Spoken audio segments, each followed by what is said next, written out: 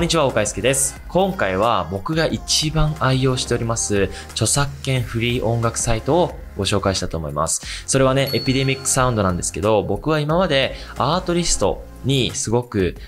興味を持っていた時期からミュージックベッド、もういろんな紆余曲折あって、結局今エピデミックサウンドの音源を一番使用しているんですけど、本当に最近のエピデミックサウンドってめちゃくちゃいいんで。で、これは動画クリエイターの僕が言うから間違いないと思うんですけど、エピデミックサウンドの音楽センスというか、曲の豊富さ、あとは効果音を含め、包括的に見たとしても、今めちゃくちゃ激アツだと思っております。で、以前ね、僕、YouTube 上でエピデミックサウンドの、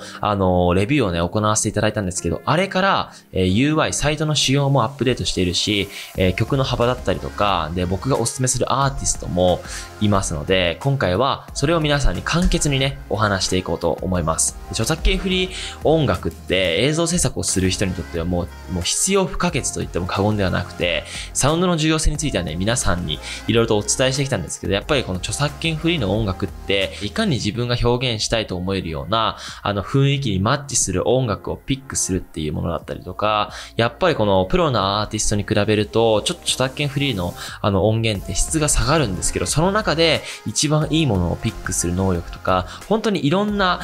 要素が入っていて、この著作権フリーの音楽をね、見定めるっていう時間が一番大変だと思う方いると思うし、実際僕も著作権フリーの音楽を探すのは正直大変です。なので今回は僕の実際の経験、ノウハウを皆さんにお伝えして、エピデミックサウンドで簡潔に自分がいいと思う音楽をピックする方法といいますか、ちょっとサイトについてもお話しするので、皆さんのお力になれればなと思ってこんな感じで収録させていただきます。では、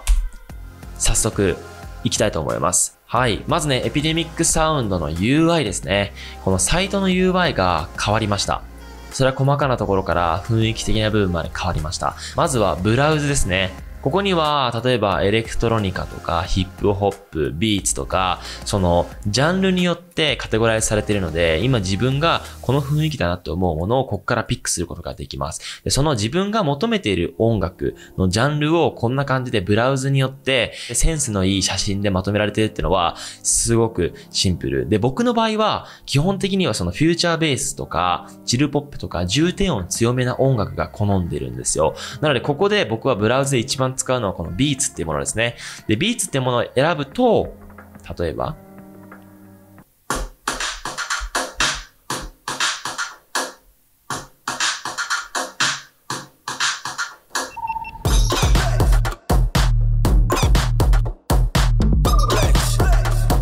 で、以前ね、この音楽で僕は動画を作ったと思うんですけど、こんな感じでブラウズでビーツと調べて引っ張ってきてます。で、その次に使うのが僕の場合は、ファンクとかもね、ちょっと、抜け感を出して表現するときはね、面白いんですよね。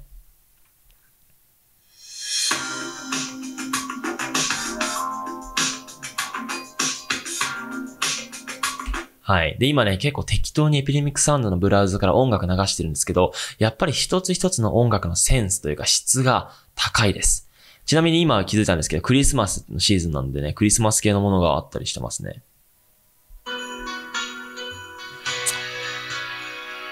これクリスマスかちょっとよくわかんないですけど、クリスマスのね、動画を作りたい方もこういったところからピックすることができます。次にですね、アルバム。これはブラウズよりももっとアーティストの色が強いというか、僕が最近使っているものだと、例えばこの GoPro ですね。GoPro の雰囲気に合わせた音楽が集まっております。ここから僕も使用させていただきました。例えば、これは多分 DJI さんの動画で作ったかな？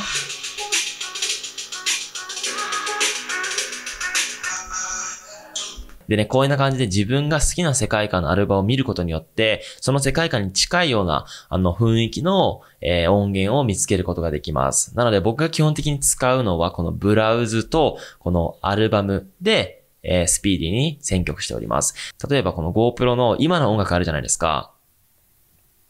この音楽めちゃくちゃかっこいいなと思った時、でもこれ以前使っちゃったなとか、有名なアーティストさんというかクリエイターさんがもう使っているという時に、これに類似した音楽を見つけたいという時、この右側のこのリンクボタンですね。これを押すと、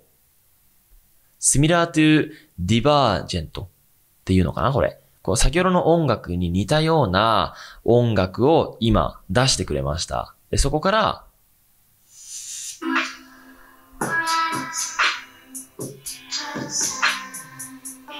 似てるかわからないんですけど、このビーツの感じとかエレクトロニックな感じ、雰囲気とかは、類似したものが、リコメンドされるので、自分が気に入った音楽があれば、それに類似したものを見つけやすいよっていう、このね、ブラウズアルバムで類似した音楽をすぐピックするっていう、この3つの要素があれば、基本的に著作権フリー音楽の探し方ってのは、かなり短時間で済むことができます。僕はもう本当にスッと決めてすぐ編集するタイプなんで、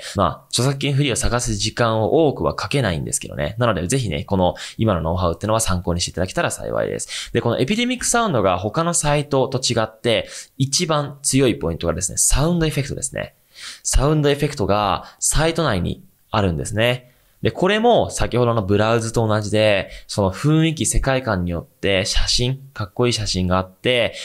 すぐピックすることができます。例えば、電話とか。次。寒い。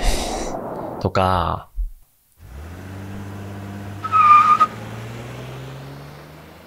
車とか。こういったいろんなサウンドエフェクトが、このエピデミックサウンドのサウンドエフェクトコーナーにはあるので、これでね、僕今までサウンドエフェクト購入してたりとかしてたんですけど、エピデミックサウンドに契約してればこれ一括で効果音まで入っちゃうんで、このね、著作権フリー音楽とサウンドエフェクトが一貫して入ってるってのが、すごくエピデミックサウンドの一番の強み。で、これはね、昔は、このサウンドエフェクトを探すことがめっちゃ難しかったんですよ。けど、こんな感じで、アニマルとかウェザーとか、この雰囲気によってカテゴライズされてるので、ピックしやすい。ヒューマンっていうジャンルの中から、例えば、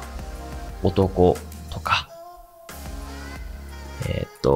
ボーイとか、そういったピックして、で、著作権フリーのサウンドエフェクトを、選択することができます。で、次にですね、このレイテストですね。レイテストはもう本当に最近のトラックですね。で、やっぱりこの著作権フリーサイトって言うても王道ってこのアーティスト、エピデミックサウンズ、ミュージックベッドで決まっていまして、基本的にここのいい曲ってのは、やっぱり他のクリエイターさんの結構被っちゃうんですよ。で、僕も実際使ってる曲とか、海外のクリエイターさんの被ることも全然あるので、ってなってくると、やっぱり早いうちに最新の曲は取って発信しちゃわないと、徐々に真似されるというか、いろんな人が使っちゃうんですよ。なので、どうせだったらこのレイテストトラックで新しく入荷された音楽ってすぐピックしてすぐ発信すれば、ある意味先駆者になれるというか、誰もが使ってない音楽を一番最初に使うことができるので、はい。まだね、誰もが使ってないようなものを一番最初に使うことができるので、動画クリエイターとしてもこの最新のトラックってのは要チェックです。で、次ね、最後に価格なんですけど、一応パーソナル、個人で発信する場合だと、月に15ドルですね。で、コマーシャル、広告とかに使う際は月に49ドルとなっております。なのでね、この価格帯を見たとしても、意外とリーズナブルだと個人的には思ってます。ミュージックベッドとかね、30ドルとか普通にするし、1万とかコマーシャル系するんで、ってなってくるとサウンドエフェクトっていうこの付加価値がついた、エピデミックサウンドはかなりコストパフォーマンスはいい方だと個人的には思っております。で、個人的にこのエピデミックサウンドで僕が一番おすすめする、アーティストは OOYY っていうアーティストさんですね。で、彼の音楽はもう本当にこの、著作権フリーとは思えないぐらい質が高いです。ちなみにピーター・マッキノンさんが最近エピデミックサウンドの広告を作っていたんですけど、その時もアーティストは OOYY で、その方の、プロモーションビデオを作っていたんですけど、僕も実際に DJI さんのPR 含め、数々のシネマティック表現でこの OOYY さんの映像表現というか、OOYY さんの音源を使用させていただいてますので、で、彼の音楽が好きなものがあったら、その彼の他の音楽を、使用するっていうことが結構なんか同じテイストでかつかっこいいものになっているので、もしね、この動画を見ている方、OOYY で調べてみてください。超かっこいい音楽が現れてくるので、そういったね、かっこいい音楽を使用して、かっこいい動画表現をね、皆さんぜひしていただけたらと思います。音源とかサウンドに関してはね、結構皆さんにチュートリアルやってると思うんですけど、この動画をはじめ、いろんな動画をね、配信していこうと思うので、ご要望ある方はコメント等いただければと思います。あとはね、いいねボタンとかも忘れないようにお願いいたします。はい、じゃあそんな感じで本日の動画も以上となります。本日はどうもありがとうございました。